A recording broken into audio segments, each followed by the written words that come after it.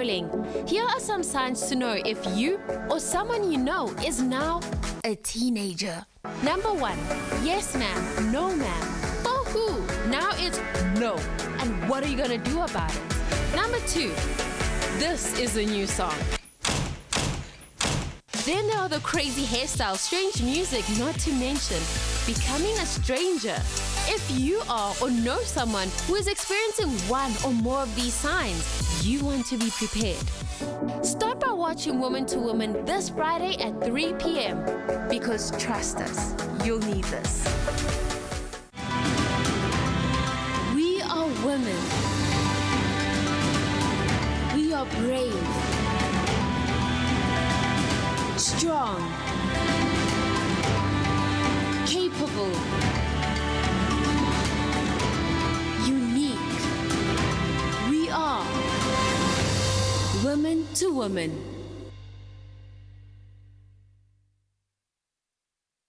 Whoa. This afternoon, you have to stay in the living room with your children, with your teens, and with your youth, because the program of today is promising.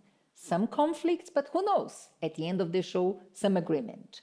Good afternoon, South Africa. Good afternoon to everyone. I'm giving you some time to call your children, to call your moms, your guardians, because the program of today will be fantastic. We received a question some time ago, and we have already answered to one of our viewers, but that question was the very reason why we decided to talk about autonomy.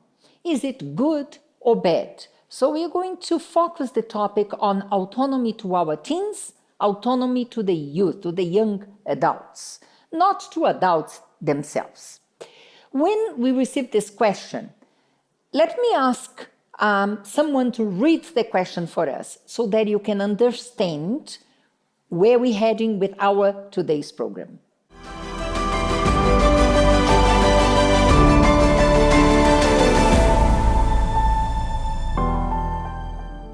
I'm a mother of 3 beautiful daughters.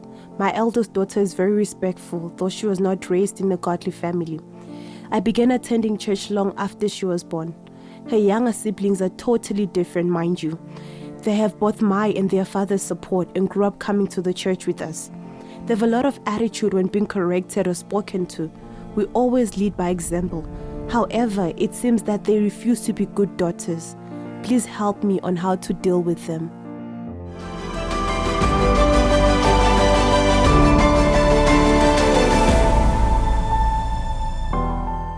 Of course, we have already answered that question, but that made us to think about this topic, autonomy. And you are going to have the answer to that question during our today's show. But let me start talking about age difference. We see that this viewer, she has 3 beautiful daughters, but different ages. The oldest one is about or more than 10 years senior than the youngest ones. And of course, we need to consider that in 10 years, there was a lot of change. So our kids today, our teens, they are more computer experts. They live out of internet. They study on internet. Everything they do, it involves social platform. And social platform has a very strong influence in their behavior and their thoughts. So just by the fact that you are comparing your older daughter, who is respectful with family values, and the younger ones don't seem to have the same level of respect, bear in mind, they grew up in different times.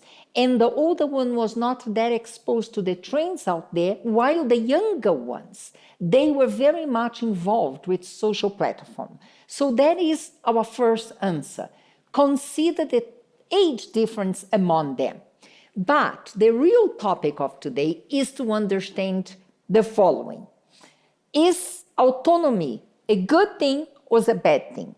Let me define to you what autonomy means, because maybe you're thinking about what do they mean with autonomy. What we mean is this.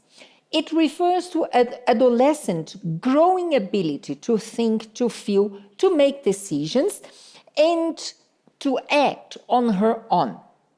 In principle, it seems bad, but That is the problem. If we know how to manage it in appropriate manner, it is actually a good thing. It's necessary to trigger in them values and responsibilities.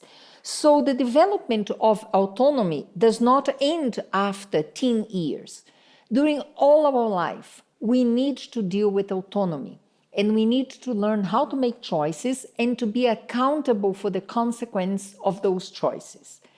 And now we need to decide how much autonomy do I give to my kids. So be prepared for this.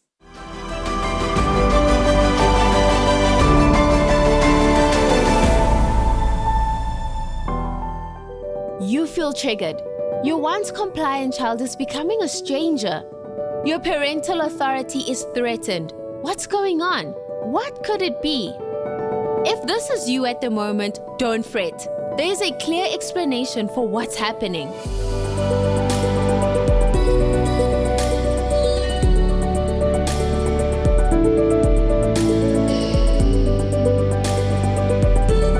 During puberty, most children will begin to assert their independence through different actions and behavior in order to demonstrate to themselves and everyone around them that they're no longer kids. They are now grown, and it's time to do things their way, not to listen to what parents and authorities have to say. This is also the time when children will explore new ways of self-expression. This usually involves altering the way they look and act. Here are a few examples you might already be familiar with. The new and strange clothing and hairstyles, discarding of old favorite activities for new ones, the new friends, and the all-time classic, questioning and challenging the beliefs that they were raised with. From rolling of eyes, deep sighs, no longer finding your jokes funny, going straight to the bedroom, we understand. You feel triggered and disrespected. It's clearly best to be as prepared as possible. But you are not alone. So keep watching and discover how to successfully navigate through these adolescent years without losing your cool.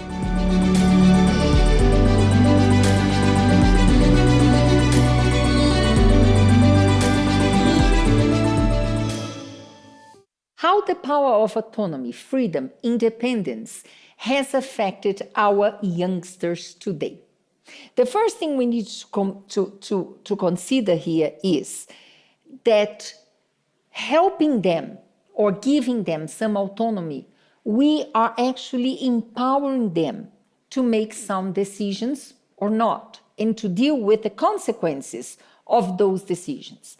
So what in principle looks like something scary, and especially in our culture, very challenging, it has a good side that will prepare them for adulthood.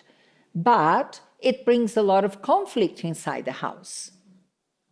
One of the most controversial ones is finances, because a lot of parents, they don't want to really give them that financial freedom, but they don't realize that probably when they start doing that early on in time, like for example, when your child is now a teen and they're in high school, instead of you dictating what they will eat and how they should do it, how about giving them an allowance that will cover maybe their weekly expenditure?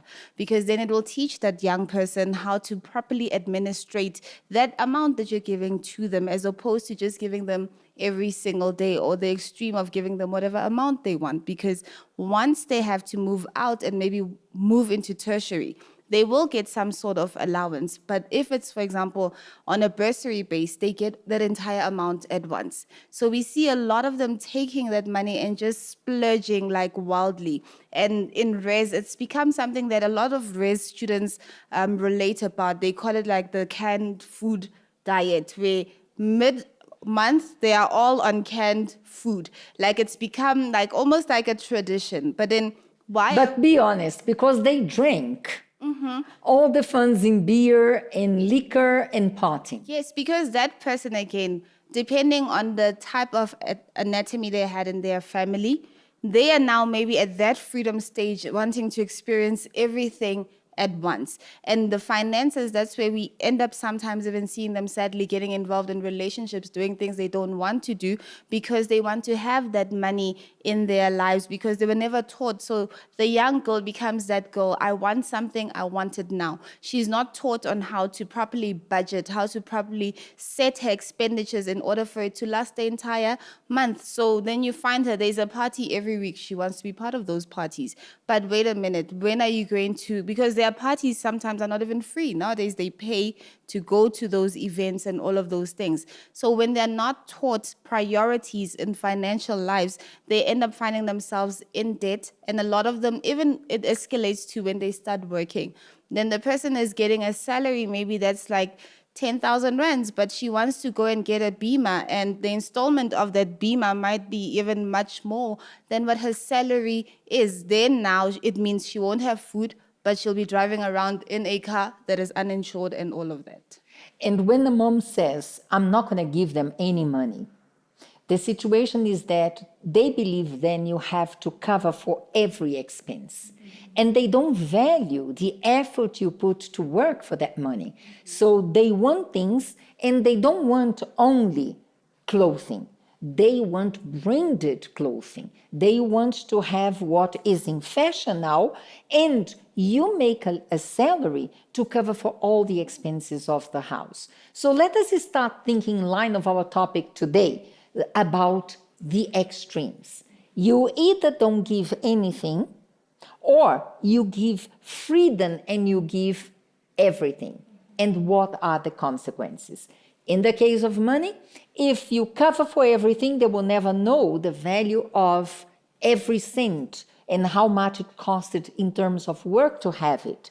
And when you give everything, they also don't know how to spend.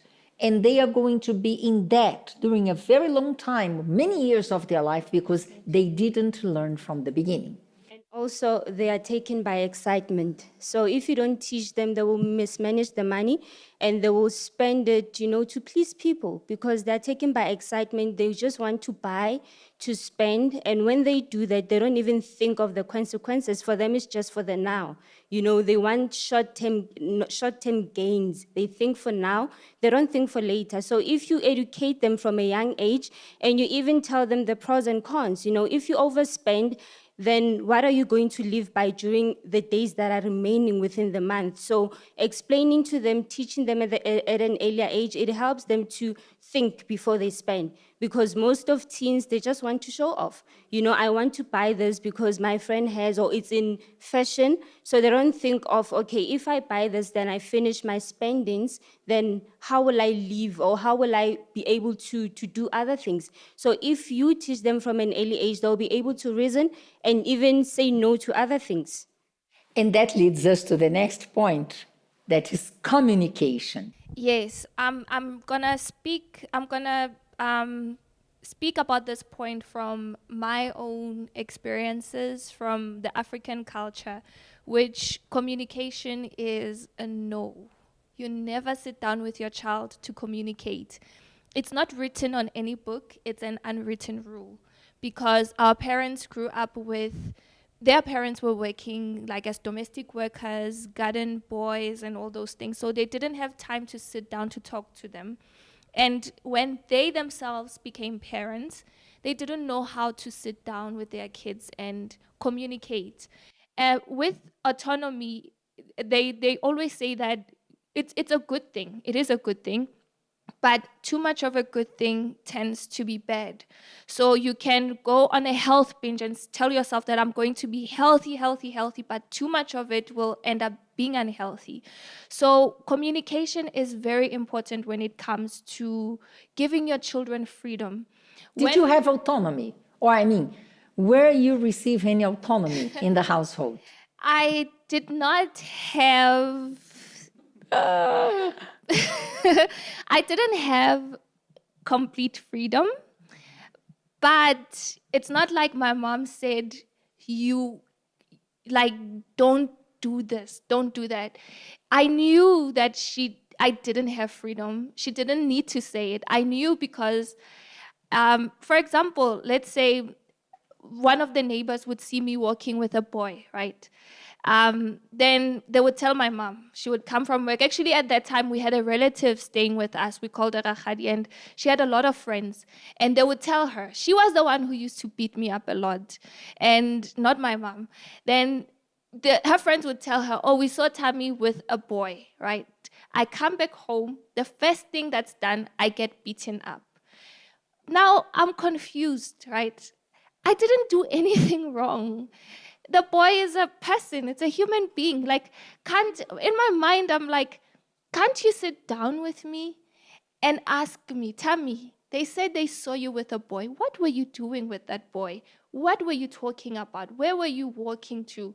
And I didn't even have that freedom to say that. So I would always think it to myself. So I definitely would say that I didn't have the freedom that a lot of my friends had, but that was just how I grew up. I didn't know how to ask for it, and I don't think my mom knew how to give it to me. So there were many things that I missed out on that other kids in my street would do. Like, they started dating at an early age. I knew that if I started dating at an early age, I would be dead by now. Definitely. Mama Eggy she's very sweet right now, but Mama Eggy back then, she would kill me. I wouldn't be here. I would be dead 6 feet underground. So I knew exactly what she expected from me. So I knew what I could do, what I couldn't do. I spent most of my time in the libraries. Even my sister followed my way of living. So we would be in the library most of the time. So that's where we could read things, read books. We wouldn't be in the streets. There was a time where I remember my mom said, don't play in the streets. She came back home. I was playing right in front of the house, right in front of the house. She came back. She saw me playing with my friends. She beat me up in front of them. Like, how do I go back and face them after? And then after, she gives me a chocolate. And I'm like, Mama, come on. What am I going to do with your chocolate? You just beat me up in front of my friends. So I really didn't have that complete freedom. But do you think the youth of today, do they accept those non-spoken rules? No, it's for them, they need communication. They really need you to sit down with them and explain the consequences. Back then, we didn't have internet. So there were many things that were done and we didn't know the consequences. But today, I feel like parents can use the same tool that their children are using to show the bad side. Because we have things like TikTok or whatever, and they're looking at it and it's so glamorized, like, okay, you can take this drug and this is how you're going to feel. But they can use the same internet to communicate with their kids the dangers of whatever it is that they want to do. So they could say, okay, don't smoke, and that's it. Don't ask me why. Just don't smoke because I say so. But then if you explain to them, like, these are the consequences of smoking, then I feel like the children would understand better. And you are allowing them to make their own choices as well. But back then, of course, you could just by one look, my mom would give me that look, and I'd be like, okay, if I continue with this, I'm going to die. If I ask a question and she gives me that look, I know that, okay. That end. It is the end. But today, they really need communication. Sit down and talk to them. So in this process of autonomy, one of the things that we want to highlight is learn how to say no. Because kids are growing in a way that they need to understand why certain things happen. They challenge in school not to accept merely facts, but they are encouraged to research, to understand how things work. So when they come back home and you either don't give them any autonomy, or there are some moments that you need to say no, but you don't let them understand your reasons behind, they are not going to take, and they will make a way to get what they want, to do what they want. So we're coming from someone who had no autonomy to someone else who had all freedom. But look what happened to her. Tell a little bit of, and you're going to see it's not happening only now. Okay, let us understand first. I am firstborn of a young couple. Mom was 20 when she got pregnant, and Dad was 25. They got married because my grandmother did not accept and forced them to marry. And my No mom, autonomy in that regard. not at all. And then my mom decided that she would be different. She would not be like my grandmother. She needs to work. Then my father's mother, my grandmother, from my father's side, took care of us. She was very tough, very restricted. We had time for everything. Time to wake up, time to eat. You don't go to school before you make your own bed. We had time for everything. 7:30 in the evening, everybody in bed. No TV. To play, it was 4 o'clock in the afternoon. I remember my brother and I would be on the gate, look to the children outside. 5 to 4 would ask, can we go? She would say, no. 4 o'clock, you will go. It's still not 4. And she would put her chair and watch us play. And if we do something wrong, she would put us inside. So no autonomy No by autonomy, them. not at all. Then by the age of 9, I went to live with my parents. Then I remember my period came. I was 9. My mother sat down with me and explained everything about getting pregnant, what's going to happen, hormones, and all about it. Now you start having all autonomy you wanted. Now, the freedom that I didn't have living with my grandmother, now I have because my mother works as a nurse in a hospital. My dad also had his own business, so both of them would be out of the house the whole day. The friends that my grandmother would not allow me to have before, now I can have. No one to watch what time I come from school, with I'm walk with I'm talking with. So friends would talk about all type of things. And in that time, we didn't have internet. We didn't have cell phones. So it was like one-to-one contact. And today, your kids, they have all access to those social platforms. So look at the difference. So every time I have a question, for example, about a boyfriend, I'll talk to my mom. What is to kiss? What's to hug? And I remember when I had my first kiss, my mother was the first one to know. And she would explain to me.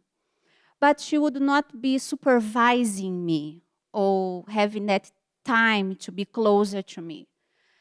And by the age of 12, I had my first intercourse. But between 9 and 12, At the age of? 12. But from the age of 9 years old to 12, I had many boyfriends, but many. One of them, not young boys, not boys of my age, because I didn't have the mentality of a girl of 9, 10 years old.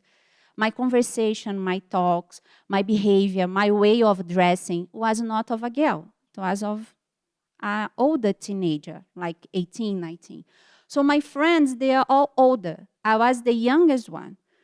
But sadly, I was the one coaching them in what to do, not them coaching me in how to do and what to do. I remember one of my friends had her intercourse, and then she said, no, if you take shower, you don't get pregnant. I said, no, you get pregnant. You need to have contraceptive. It's not like this. How old?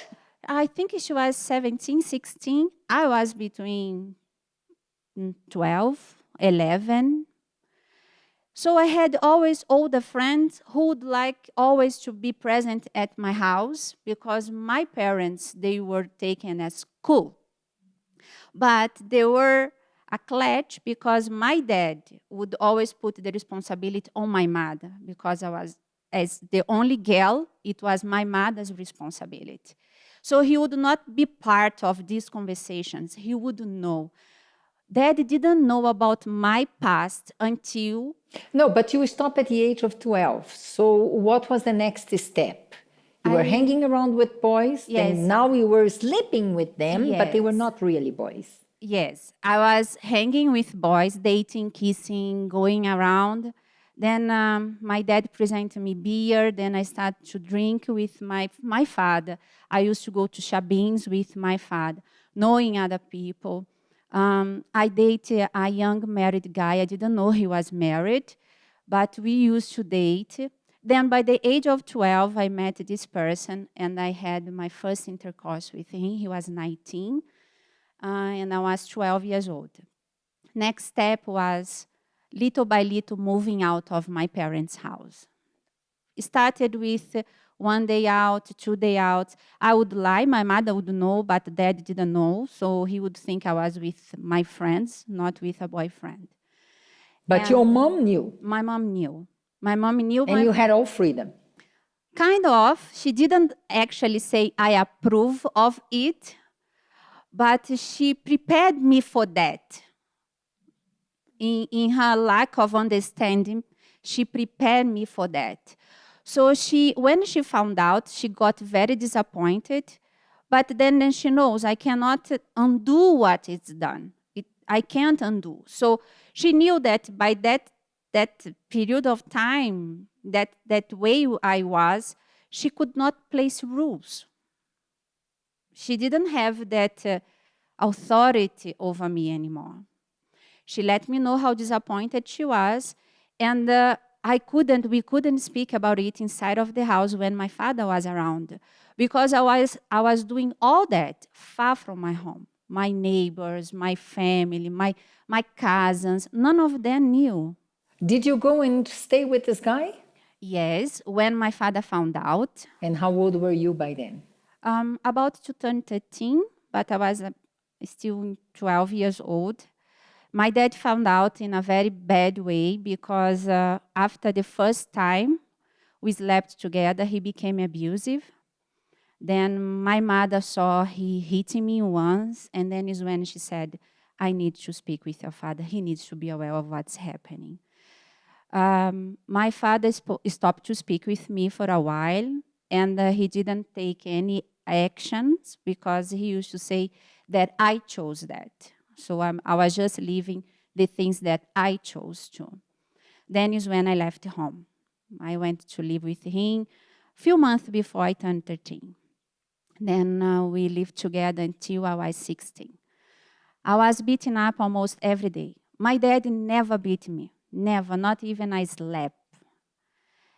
If I would look to the side, he would beat me. If he goes to school and he seems to talk with other people, he would hit me. He would follow me wherever I go. Because he was an adult man and you were still a teen. I was still a teen, and he knew the person I was before.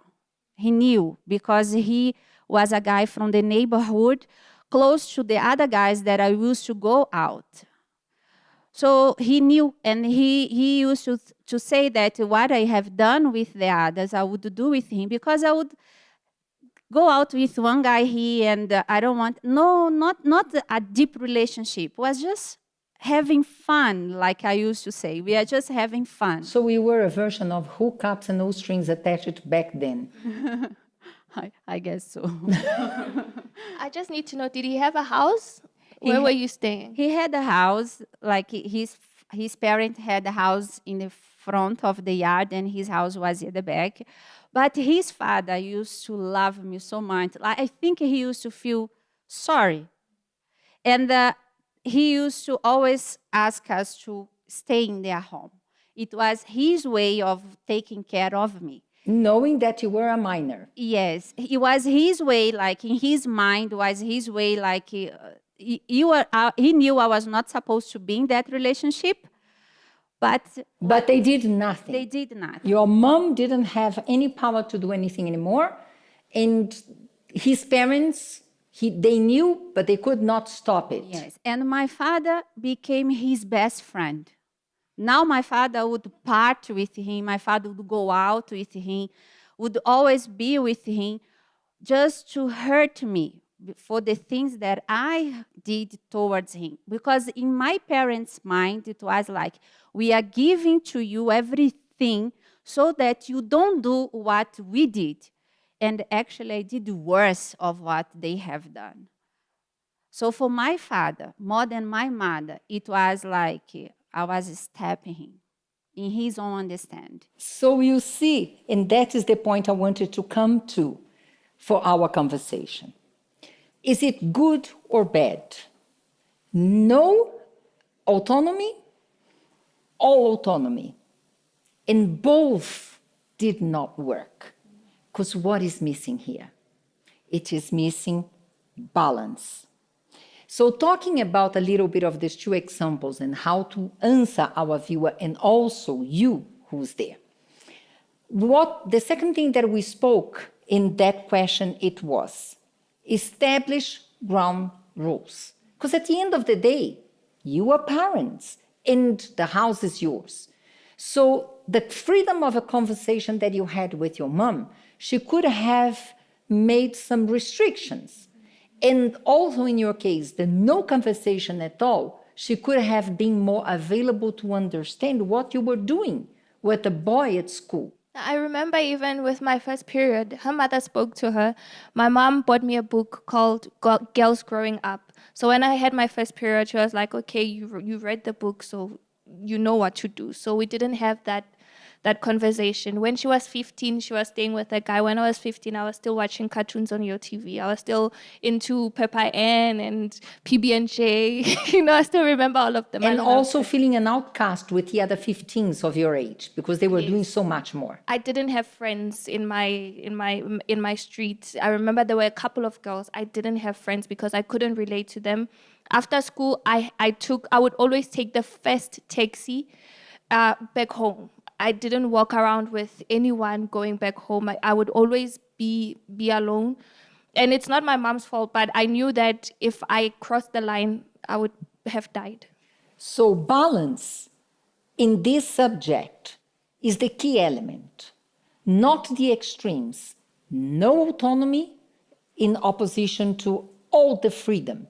When you find balance, then you are able to say no, giving the reasons, but also to give some empowerment that will make that child, those teenagers, to know the consequences of their act.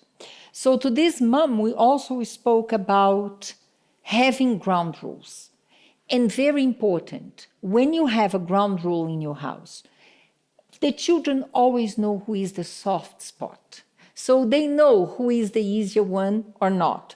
You knew your mother was easy. I knew my mother was easy until a certain point, but my dad, because he didn't know of anything, when she says no, then dad would say, why, what's the problem? Not in an act of, I'm going out with the boyfriend. He would not know that. But I knew my mother could not say. She was like my partner now, not by her choice, consciously, but she was my partner. You hijacked the situation. Yes, so I would go to my father. The intention was to go partying. Then I would go to my father to say, I want to go to this house of so-and-so, and mom doesn't want me to go. And dad would look to my mom and say, why not? Let the girl go and play. And my mother would look at me like, I'm going to get you, because she knew what I was about to do. I think the worst moment before the abuse and everything, it was a situation that I left my home every single day to go to school. But I never entered school for 1 year. So there were a day that I was very, very sick. My mom was working and my father called her. She left her job and came to see. And then I was really sick. And my mom said, you don't go to school tomorrow. I cried. I said, I'm going. And mama said, no, you don't go. You are sick. And my father was, oh, shame, my daughter, she loves school. And my mother would look at me like, no. So for my father, that's why he was so broken. For him, I was the perfect daughter. I would do everything right at home for my grandmothers, my aunties. Between my cousins, I was the most pure thing. My mother was the only one who truly knew. And I knew she would not speak because she would put herself in problem. And she didn't choose to be in that way. So much so that she's very much different. Her values are different today. She thought in her mind that I didn't have, that's why I got pregnant at the age of 20. So I will tell my daughter everything. Then I had my first, because my father was the first boyfriend of my mother. They were married for 20 years. I had my first boyfriend. I was about to turn 10 years old. My mother never went out with a married guy. I did. My mother didn't know what to have kiss or hug any other guy beside my dad. I did. In a escalator of a different of a age so huge, because she was 18 when she met my dad. I was And he 9. was what, 22, 23, two adults. 23. And I had my first kiss when I was 9. So the world outside, that to me today, Inez, the world outside, life outside, was presented to me in an age that I didn't have that responsible sense to carry on with it. It's not that what she was saying was wrong, but in the way she was saying and in the time that she was saying, I was not prepared for that. I was coming from a home where we had discipline, when we had order, where everything must go accordingly. And I entered in a house where no Could do whatever and you became the boss. no discipline at all, because we would wake up in the morning, she was no longer there. My dad had left as well. So I'll eat whatever I want. I'll dress whatever I want. I'll go to school if I want. I wake up if I want. And I came from a house where by 6:30 in the morning, you need to be out of bed. 12 o'clock, you are sitting down, have your meal. And you don't sit at the sofa, you sit at the table and you eat with your family. And if you go to play 4 o'clock in the afternoon, 5 to 4, you are not going, you wait 4 o'clock. And she would put a big watch in the living room. And my grandmother would say, you see there, it's not 4 o'clock yet. So I came from a house, a home, rules that were extremely... My grandmother used to pick me at the door of school. She would take me at the door of school. When I arrive from school, she opens my bag to see if my belongings are there and if there is no belong of anybody else. She would go to, that presents book that we have in the school. She would go through it to see. So she was tough. And my mother wasn't. And one of the reasons that my mother took me out from her house was exactly that, because she was afraid that I would be what she was. And you turned to be much worse. I turned to be much worse. Just something else before you speak. Third lesson of today. Ground rules, but mother and father need to be in agreement. Otherwise, this is not going to work. What she would do? She would go to the mother, knowing the father was a bit stricter. So when ground rules are set, mother and father need to be in perfect harmony. One doesn't take the word of the other. One is not going to look and say, oh, why you don't want the girl to go? And that gave her more liberty, not freedom, liberty to do whatever she wanted. I used to manipulate. Manipulate the situation in the way I wanted. And sometimes they would fight because of that, and I knew how to come out of the situation. I knew how to get what I wanted. I knew how to manipulate both of them. At very young age. Mohadi. Yes, with me, I remember my mother used a technique of hearing us out in terms of what? So she would create a platform where we can expose our weaknesses. She would say to us, you mess up. So now we're coming to a moderate house. Yes. So she would hear us out. If you have, your points of view, she would discipline. She would tell you the pros, the cons, the consequences of doing wrong kind of things. But she will also say, what do you have to say about that? What do you have to say about what you did? And another thing that really helped me, she would create a platform where I can expose my weaknesses. I knew I messed up, but she would, give us that opportunity to say, if you messed up, you come straight to say, okay, I messed up. I got tempted. I tasted alcohol. I remember the first time I tasted alcohol. So because she used to have talks with us, like sit down with us, because we're three girls, then I had that freedom to tell her, Mom, I messed up. And she wouldn't make you feel bad or make you feel like, you are you did evil. She would tell you, okay, what you did is wrong, but tell you also reasoning, give you reasons of what you did is wrong, why you did that, and if you continue doing that, what will happen? So for us, it was a matter of, okay, I do something wrong, I can't keep it as a secret. Though at times I was not that open, but because of the way she used to communicate with us, it gave me the sense that no, you can say, you messed up, go to your mom and speak to her. And when I go to her, then I get to really see, because I was in the dark, I get to see the light and say, but I can't continue doing this, because should I continue, mom said this and this would happen. And really, she was that open. She wasn't shocked, because you know with our parents that you come and express yourself, express your weaknesses. And another thing is with, Black communities, they have high expectation. They want their children like to be perfect. They expect perfection. They expect this. They expect them to do the right kind of things, but that is not always the case. At times you get to they get to do wrong kind of things, but if there's no platform in the house for them to be able to express, to be able to expose, they will live a life in secret. They will do those things out there, and the mother wouldn't know.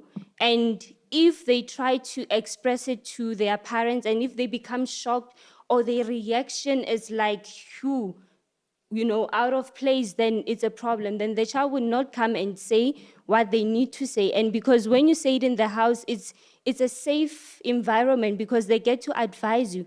They get to show you that, no, what you're doing is not right. If you continue doing this, if you continue dating in secret or dating older men, this and this would happen. So with me, I had to, that platform of expressing. I mess up, okay, I'll go and speak. I'll go and speak that I messed up, this and this happened, and that will really help me, because it will take me from that dark, space that I was in, and she would show me the other side that I wasn't aware of. One of the things also that I want to add as part of this autonomy, it is to encourage the kids, the teens, the youngsters to contribute. So in the same way that when you say no, you set out your reasons, and that is what happened in your house. Yes. And I'm sure mom and dad agreed on. Yes, they would. They would. The ground rules, and also with what they said. No, it was no for both of them. It was a teamwork, so we knew. And that's why it worked in the house. But also, there is a space for contribution. When you give youngsters the autonomy, is to help them to deal with the consequences. So they need to have that platform to say when they did wrong, but also what they think of the situation. So what are their choices? And you touch it based on something that it is very, very clear in our society or African culture. Expectations, and somehow the parents tell that young girl, you're going to grow up and you're going to be the first lawyer of the family. You're going to grow up and you're going to be the first one to graduate at the university. But they don't stop to hear if that is what the girl wants to do. Sometimes it's not that she doesn't want. Sometimes it's more of the case she doesn't have that nature. Imagine how someone will be a doctor not bearing to see blood or dead corpses. But the parents tell them. So when there is an allowance for contribution, then you are giving autonomy in the sense that I'm here to understand your reasons, to see your points. So not only to correct, but mostly also to choose a lifestyle, to make choices for the family. Do we go to the homeland? We don't. Do you go to this school? But why you don't want to go to this school? And you take the time and the benefit to understand what goes on in their mind. I think that's what I had, especially when it came to school and also visiting the homelands. Because I think from the age of 4 to 5, because my mom was a domestic worker, and back then we weren't allowed really, because of the system in the country, to live in the suburbs with our parents. So because I spent most of the time with my grandmother and my uncles and aunties, my mom set up a system where, because she saw the first time I went, I was uncomfortable, like just being alone. It was a new environment and everything. So they asked me, what will make the visit easier? And I remember saying to her, if I have one of them come with me, because we were not that far in age, because they are her siblings. So some of them were close to me. So then she would just say, okay, then pick one of them that you will come with all the time. It happened the same as well. If maybe I would have to go to Kimberley and visit family, they would always ask, okay, we know you're not too familiar with them because you spend the entire year this side in Johannesburg. So when you go that side, what do you prefer to have that will help you feel more comfortable? And I remember back then we had those big orange payphones. So my mom would give me money or send money with whoever I'm going with. And I'd always be accompanied with someone I was comfortable with. Then when we get there, everybody knew every day or at this time, like I think it was 1 o'clock, I'll go to the payphone. Even because it was a street payphone, people knew at 1 o'clock when the girl from Johannesburg... It was booked for her. Yeah, it's hers. And I'd sit there and I'd talk to her and then find out everything until she comes. So in that, they allowed that contribution, my contribution, to be there. And with schools as well, because I got bullied a lot, so whenever I'd be uncomfortable, as Mukhari said, I would not be that child to keep quiet, but I would get home and tell them, okay, this is what's happening in school. I'm not happy.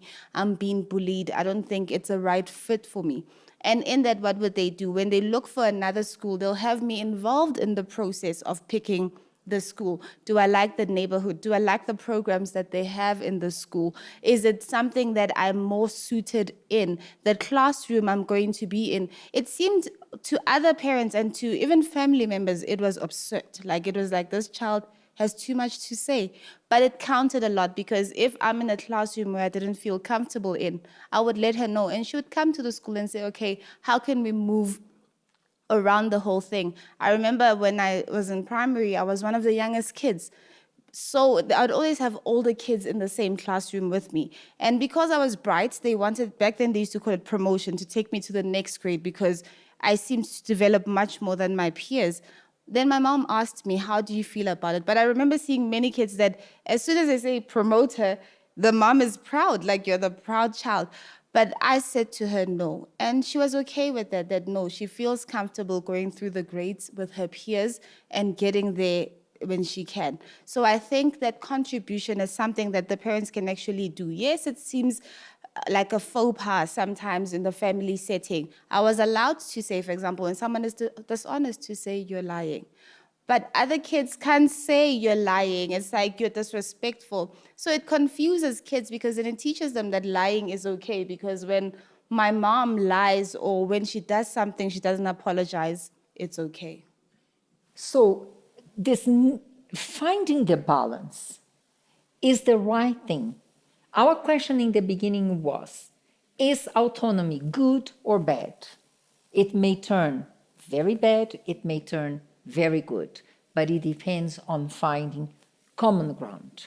So if you don't understand what your kids go through, if you don't give them a space to speak, if you don't hear their reasons, and when you say no, if you don't give them your reasons for that, they are going to try to have what you don't give them, or they are going to get lost in the match you're giving them. So two examples of having mediation, having common sense. And that is what we wanted to share with you today. But just after our break, we are going to bring forth God's 50-50 in this case. There is a 50 and 50, not 100. And you will find out after the break.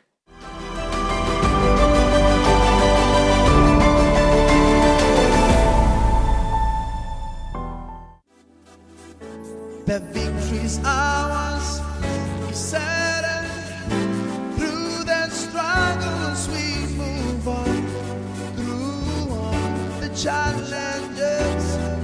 We will win this battle. We will win. A luta continua.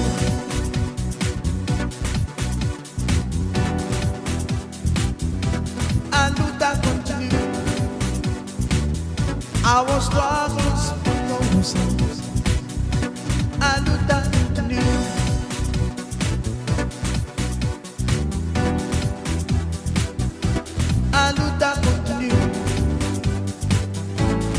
struggles goes on. Continue. Luta continue. Luta continue.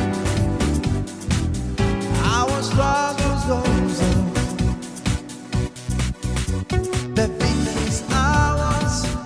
Certain. Through the struggles we move on. Through all the challenges, we will win this battle. We will win. We will win. A luta continue. A luta continue. Hey, hey. A luta continue. Our struggles goes on. A luta continue. A luta continue. A luta continue. Our struggles goes on.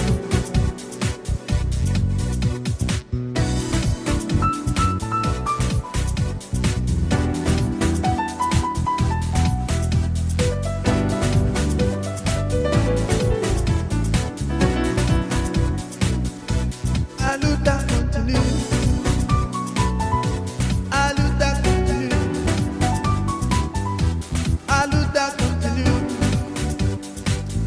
Our struggles goes on. Continue. A luta continue. A luta continue. Our struggles goes on.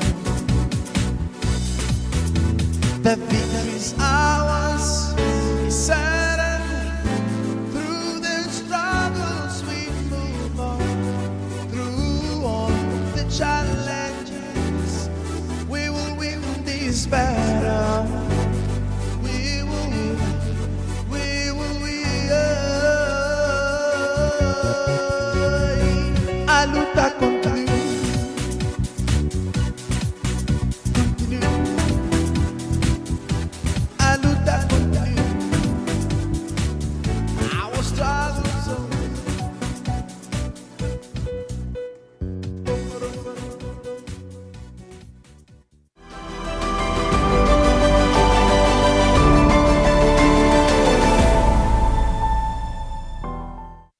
Welcome back to our show, and I do hope that kids, teens, youth, and parents are still together in the living room and taking the opportunity for a family discussion. Because woman to woman, where values are treasured. Today, we treasure those values because of our past. So for us to be here today, we had a story. We learned in the hard way, and we don't want that for you. Now, I would like to share with you God's 50-50 on this case. Normally, God has a clear guidance, but in this matter of parents and children, children and parents, I would say God gives 50-50. Let us read together Ephesians 6, verse 1. Children, obey your parents in the Lord, for this is right. Honor your father and mother, which is the first commandment with promise, that it may be well with you and you may live long on the earth. When God says, honor your father and mother, it does not mean that you are not going to have an opinion. As a matter of fact, during the show, we have encouraged parents to accept your contribution, your input, but also understand that they are your guardians. They are responsible for you. So many times they are speaking out of their own hard experiences, and they don't want you to go through the same pathway. They want you to build a completely different life than what they had. They might say no without explanations, but for the sake of the promise of God being fulfilled in your life, that your days will be prolonged on the earth. Look at your parents with the respect. Look at your parents and put yourself in their shoes of providing, of giving you the best. And now, parents, God's talking to you. And you, fathers, Do not provoke your children to wrath, but bring them up in the training and admonition of the Lord. Let us understand what is it. God gives to the parents authority. He is telling the children, respect your parents. And he gives them a promise that the days will be prolonged. But also God expects from us as parents to treat these kids, the younger ones, the adult ones, with the respect that is due to them. And many times, out of that seat of authority, parents end up provoking their kids, bringing the worst out in them, just because they are parents. They don't think about their kids as human beings who think, who reason, who have feelings. And they think that if they just say no, or you are going to do it, it's explanation enough. In the world that we live today, we are led in so many different ways to reason. Even in the church, God wants us to develop intelligent faith. So why you would expect less from your kids? Do not provoke their wrath, but on the opposite, bring them up in the training. And that training, it is for both sides. While you train your child in the way that he should walk, you train yourself on how to be the representation of God the Father to your children. And God does not provoke us. He shows us the way. When there is correction, the Bible says, admonition, correction, God does it out of love and care. From the moment that you as a father and a mother start practicing the principles of God in your household, of course there will be some autonomy to bring the best out in your children. There will be ground rules, and mother and father will speak the same language, the language of God. And you will see that your relationship will change completely. So in this case, this is God's 50-50. For the good result to be achieved, he needs your 50 as parents to meet the 50 of your children as children. Today we are going to make a special prayer for you, to encourage you as a parent, to be able to guide your children according to the Word of God. Remember, God gives us intelligent faith. He teaches us to reason, to meditate, not to do what everyone else is doing. And as children, God teaches us to love and respect him in the same way that he expects you to love and respect your parents. It is hard, it's difficult, because at the end of the day, who of us don't want to do our own will? But that is part of a Christian life, to do what is right, not necessarily only what we want. So I'm going to invite Mohadi, who is going to pray for you, because she came from a background where parents would do exactly that. So she's able to minister that wisdom in your life. Please close your eyes. My Lord and my Father, in the name of your Son, Jesus, thank you for an eye-opening message that we had today. I pray for this parent and guardian. My Lord Jesus, in terms of autonomy, may you give them the ability and the power to be able to know and analyze themselves what it is, my God, that they have been neglecting, what it is, my Father, that they need to eliminate in terms of raising their kids. Holy Spirit, make them realize, make them to see where they have been going wrong. And I pray that may you amend their ways. May you help them to amend their action. And Holy Spirit, I also pray for the teenagers out there so they can work hand in hand with their parents, but moreover, work in unity, in harmony, to do your will, to fulfill family values according to your word and according to your will. Do not allow this mother, do not allow this guardian to abuse the authority that you have given them, but give them the wisdom to know how to handle it, to know how to exercise it, and to work along with their children, Holy Spirit, so that they may be harmony, so that they may be unity, so they can raise responsible teenagers that will live their lives according to your will and according to your ways. I bless each and every one of them, my God, and I know that you have opened their eyes. I know, my God, from now on, they won't be taking this journey alone, but you will support them. You will give them sufficient support, the support they need in order to raise their families according to your will and according to your ways. I pray in Jesus' name. Amen. So we hope that all of you are blessed. By the end of this month, we are preparing for you a very special show. This is going to continue, but on another perspective. We are going to have a special show with the Gen Zs. Not next week. Next week, we will be talking about...